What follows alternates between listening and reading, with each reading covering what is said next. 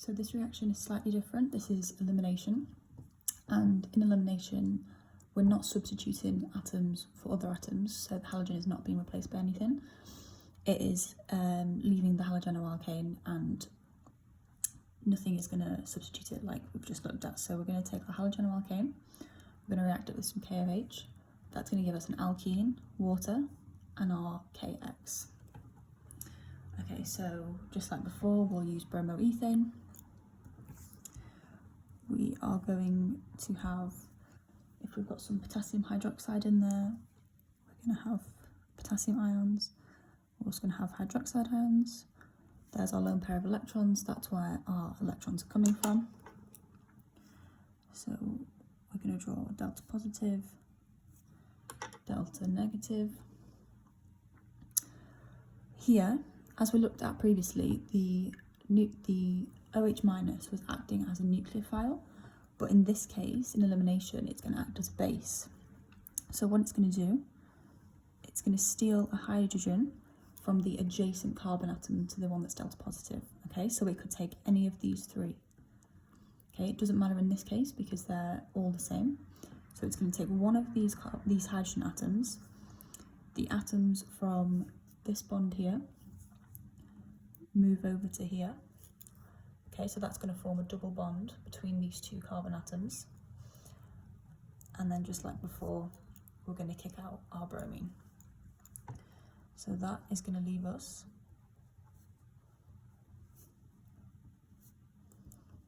with our alkene. This OH bonded with this hydrogen here, so that's going to give us water. And then we've got our potassium still floating around in the solution, and we've also got our bromine, so we've got KBr. So that's fairly simple when you've got alkenes with all three groups where they're hydrogen. It gets a bit more complicated when you've got asymmetrical groups. Okay, so now we're going to look at this example here. So we've got 2-bromobutane. Okay, so we've got butane and the bromine is on the second carbon atom in. Now, if our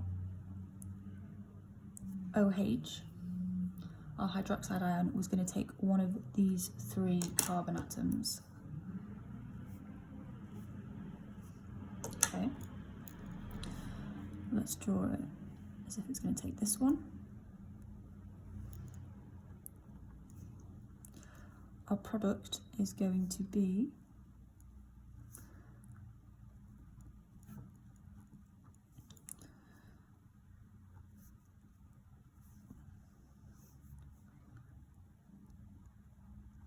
this.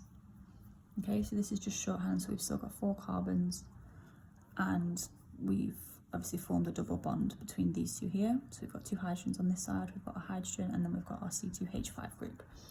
So that is but1ene, and because these 3 groups are the same, it doesn't matter which way the double bond is, it's going to be the same product. However, if we were going to take the same molecule, and if the OH was going to attack either of these carbons, let's just add our water on that.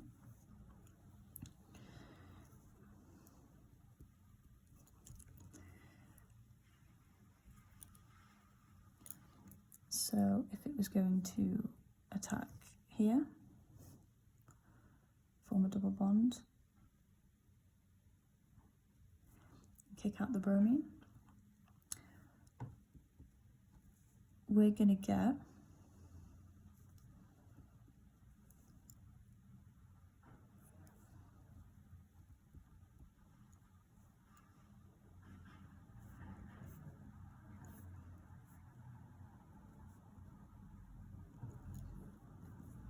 so we could get this product, or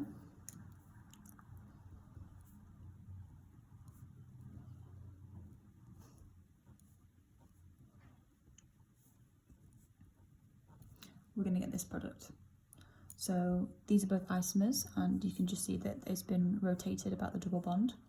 So this is the Z isomer and this is the E isomer. And so that's just something to be aware of when you're drawing mechanisms. There can be more than one product, so just bear that in mind.